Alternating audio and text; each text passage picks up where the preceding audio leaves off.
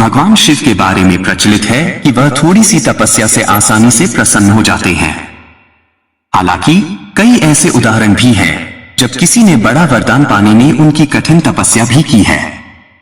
लंकाधिपति रावण ने भी अमृतत्व का वरदान पाने के लिए भगवान शिव को अपने 10 सिर चढ़ा दिए थे। भगवान शिव से जुड़ी ऐसी ही एक और कहानी है जिसमें एक राक्षस ने शिव जी की घोर तपस्या कर उन्हें प्रसन्न किया था।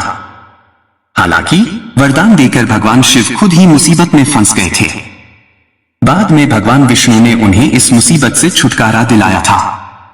कहानी के मुताबिक एक बार महर्षि नारद धरती पर घूम रहे थे। रास्ते में उन्हें वृकासुर नाम का राक्षस मिला। नारद मुनि को देखते ही उसने कहा कि मैं आपसे कुछ सलाह लेना चाहता हूं। आप मुझे बताइए कि ब्रह्मा, विष्णु और महेश में कौन देवता जल्द प्रसन्न हो जाते हैं। महर्षि नारद ने बहुत सोचने के बाद कहा कि वैसे तो तुम तीनों महादेवों में से किसी की भी तपस्या कर सकते हो, लेकिन ब्रह्मा और विष्णु जल्दी प्रसन्न नहीं होते हैं। उनके लिए बहुत वर्षों तक कठिन तपस्या करनी पड़ती है।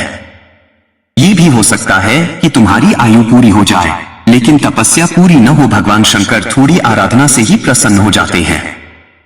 वे अपने भक्त की इच्छा पूरी करने के लिए सोच विचार नहीं करते हैं।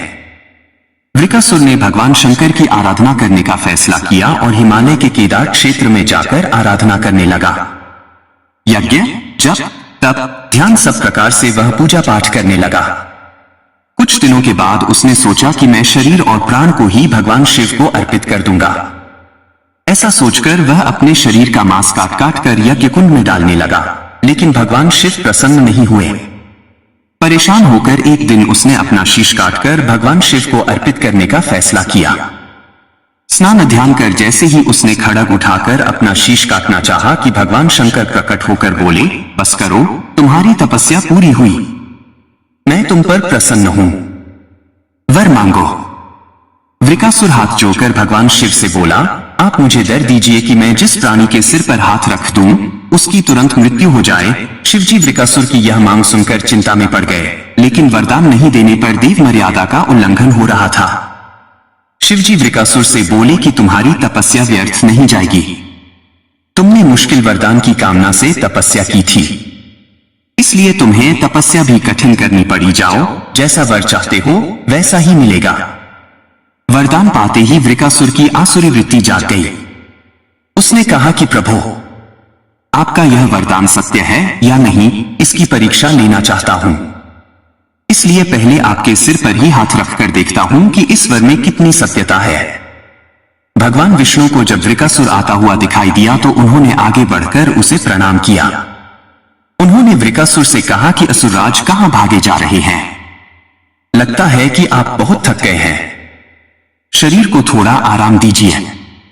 आप सब प्रकार से समर्थ हैं, फिर भी मेरे योग्य कोई काम हो तो बताइए। अक्सर लोग अपने मित्रों और सहायकों से ही अपने काम पूरा करा लेते हैं। एक तेजस्वी ब्रह्मचारी की बातें सुनकर वृकासुर ने शिवजी के वरदान और उसकी परीक्षा की बात बताई। इस पर ब्रह्मचारी हंसा और कहा कि तुम किसके वरदान की परीक्षा लेना चाहते हो? शिवजी का तो अपना कोई घर ही नहीं है। वह खुद भूतों प्रेतों के साथ घूमते रहते हैं। वह भला किसी को क्या वर देंगे? वर देने वाले तो ब्रह्मा और विष्णु ही हैं। विष्णु जी ने वृकासुर से कहा कि तुम्हें वरदानी होना था तो ब्रह्मा या विष्णु की आराधना करनी चाहिए थी। शिवजी के पीछे बेकार दौड़ रहे हो। वरदान देने वाला तो खुद इतना शक्तिशाली होता है कि उसके वरदान का असर खुद उस पर नहीं हो सकता है। उन्होंने तो तुम्हें झूठ मूठ का वरदान दिया है। तुम्हारी तपस्या बेकार चली गई। ब्रह्मचारी की बात सुनकर वृकासुर निराश हुआ। उसका मनोबल टूट गया। वह कहने लगा कि मुझे तो देवर्षि नारद ने शिव की आराधना करने को कहा था। ब्रह्मचारी ने कहा कि तुमने नारद मुनि पर भरोसा कर लिया। वह तो ऐसे घुमक्कड़ साधु हैं जो सभी को उल्टी सलाह ही देते हैं। अगर तुम्हें मेरी बात पर भरोसा नहीं हो तो अपने सिर पर हाथ रखकर देख लो कि कैसे शिव ने तुम्हें झूठा वर देकर बहकाया है। वृकासुर का मनोबल बुरी तरह टूट चुका था।